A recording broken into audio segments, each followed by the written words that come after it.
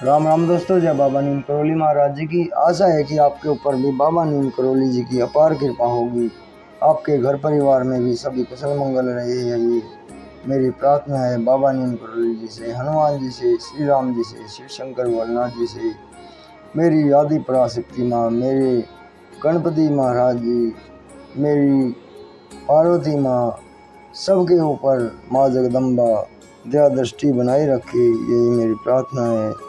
सभी देवी देवताओं का आह्वान कर लिया है दोस्तों मैंने, सभी आपके ऊपर अपार कृपा बरसाने के लिए यहाँ विराजमान है। इस पाठ को पूरा सुने मेरे भाइयों, मेरे प्रभु, सबके ऊपर कृपा करना। जय बाबा नीम करोली, श्री राम शिव शिव। दोस्तों, ये आज का पाठ है श्री शिव महापुराण 5वां खंड, कुमार खंड। इसमें अब तक आपने गणेश चरित्र सुना है। उसमें शिव भगवान जी गणेश का सिर कलम कर देते हैं, सिर धड़ से अलग कर देते हैं।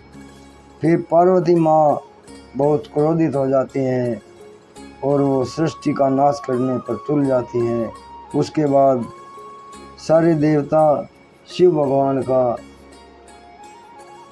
सुमिरन करते हैं, उनकी प्रार्थना करते हैं कि भगवान इसको, गणेश जी को जिंदा कर दो, क्योंकि माँ पार्वती ने यही शर्त रखी थी कि गणेश जी को पुनः जीवित किया जाए, तभी ये क्रोध की ज्वाला रुकेगी, नहीं तो ऐसे ही सृष्टि का विनाश होता रहेगा।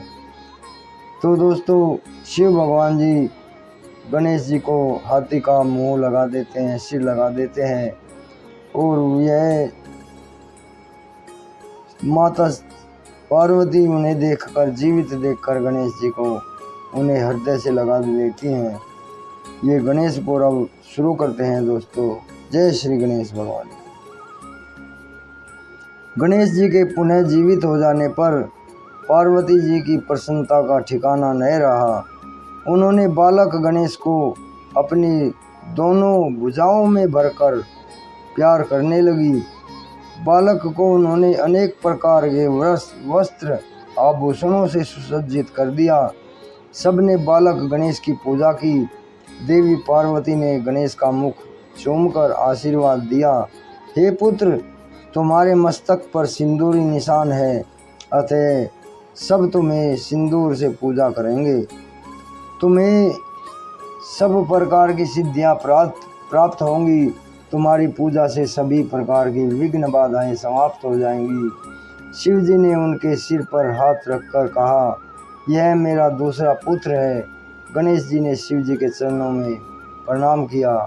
सभी देवताओं ने गणेश जी से क्षमा मांगी। फिर देवों में ब्रह्मा विष्णु महेश ने सबके पूजनीय और गणनाथ होने का आशीर्वाद प्रदान किया। सबने कहा कि मनुष्य सबसे पहले इनकी पूजा करेंगे, इसके बाद ही हमारी पूजा होगी। सबसे पहले शिव जी ने मांगलिक वस्तुओं से गणेश जी की पूजा की। इसके बाद विष्णु और ब्रह्मा जी ने तथा पार्वती जी ने गणेश की पूजा की। सभी ने एक एक स्वर से उन्हें सर्वाध्यक्ष बना दिया। देवता धूम भी बजाने लगे और अप्सराएं नृत्य करने लगी। बड़ी भारी उत्सव हुआ।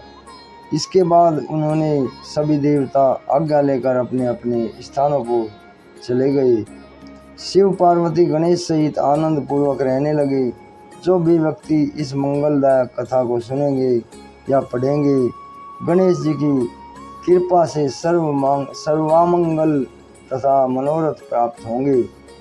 ब्रह्मा जी ने नारद को बताया। आगे अध्याय शुरू हुआ है दोस्तों, दूसरा गणेश विवाह। ब्रह्मा जी ने नारद को बताया, हे मुनिश्रेष्ठ, अब गणेश का लालन पालन शिव पार्वती बड़े लाड प्यार से करने लगे। वे कुमार के साथ खेलने कूदने लगे। एक बार शिव पार्वती एकांत में विचार करने लगे कि कुमार कार्तिकेय और गणेश का विवाह कर दिया जाए। माता पिता की इच्छा जानकर दोनों भाई झगड़ा करने लगे कि पहले मैं विवाह करूंगा। दोनों भाइयों में परस्पर विवाद प्रारंभ हो गया। उनका विवाद देखकर शिव पार्वती विचार करने लगे कि यह विवाद किस प्रकार सुलझाया जाए। तभी उन्होंने एक उपाय सोचा। तुम दोनों ही एक समान प्रिय हो, अतः तुम में से जो पहले पृथ्वी की परिक्रमा करके आएगा उसका ही हम पहले विवाह करेंगे। यह सुनकर कार्तिकेय जी पृथ्वी की परिक्रमा के लिए चल दिए, परंतु गणेश जी ने बुद्धि लगाकर सोचा कि मुझे क्या करना चाहिए। बहुत सोच विचार कर वे माता पिता से बोले, आप दोनों सिंहासन पर विराजमान हो जाइए, मैं आपकी पूजा करना चाहता हूँ। तब शिव पार्वती सिंहासन पर बैठ गए। गणेश जी ने उनकी पूजा करके परिक्रमा की, फिर उनकी स्तुति करके वे बोले, अब आप मेरा विवाह कर दें। शिव जी ने गणेश से पूछा, क्या तुम पृथ्वी की परिक्रमा कर आए हो? तुम भी शीघ्र परिक्रमा करने जाओ, तुम कुमार तो चले गए हैं। गणेश जी ने हाथ जोड़कर कहा, जब मैं आपकी 7 बार परिक्रमा कर चुका हूँ, अब आप कैसे कह सकते हैं कि परिक्रमा कर आओ? क्या इसमें पृथ्वी की परिक्रमा नहीं हो गई? क्या यह वेद शास्त्र असत्य हो जाएंगे? पुत्र की यह बुद्धिमानी की बात सुनकर माता पिता चुप हो गए। वे गणेश जी से बोले, हे पुत्र, तुम्हारा कथन सत्य है, तुम्हारी बात हमने स्वीकार कर ली। इस प्रकार उन्हें आश्वासन देकर शिव पार्वती ने गणेश जी के विवाह की इच्छा व्यक्त की। इसके पश्चात प्रजापति ने अपनी कन्या सिद्धि बुद्धि के विवाह के लिए शिव जी के पास आकर बातचीत की। शिव जी ने उनका प्रस्ताव स्वीकार कर लिया, गणेश का विवाह निश्चित कर दिया। शिव जी के विवाह की तरह ही गणेश जी के विवाह में भी सभी देवता शामिल हुए। काफी समय पश्चात गणेश जी के सिद्धि से अक्षेम और बुद्धि से लाभ नामक 2 पुत्र उत्पन्न हुए। इसके पश्चात कुमार कार्तिकेय पृथ्वी की परिक्रमा करके लौटे। नारद जी ने रास्ते में ही कार्तिकेय को सब समाचार अवगत करा दिया। समाचार जानकर कार्तिकेय के क्रोध की सीमा ना रही।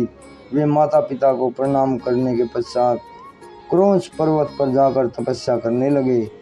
कुमार के विरह में पार्वती जी को बड़ा भारी दुख हुआ। तो दोस्तों, ये यहाँ तक ही है आज की। कल इसका 6वां खंड होगा।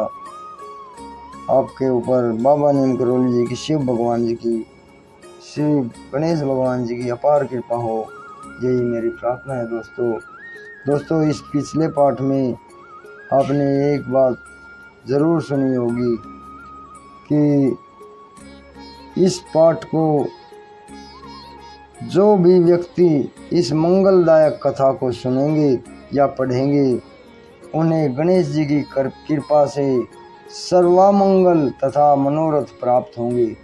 तो दोस्तों, अभी आज्ञा लेता हूँ, इसे पूरा सुने और आगे भी शेयर करें ताकि आपको गणेश जी की अपार कृपा प्राप्त हो। जय श्री गणेश भगवान जी।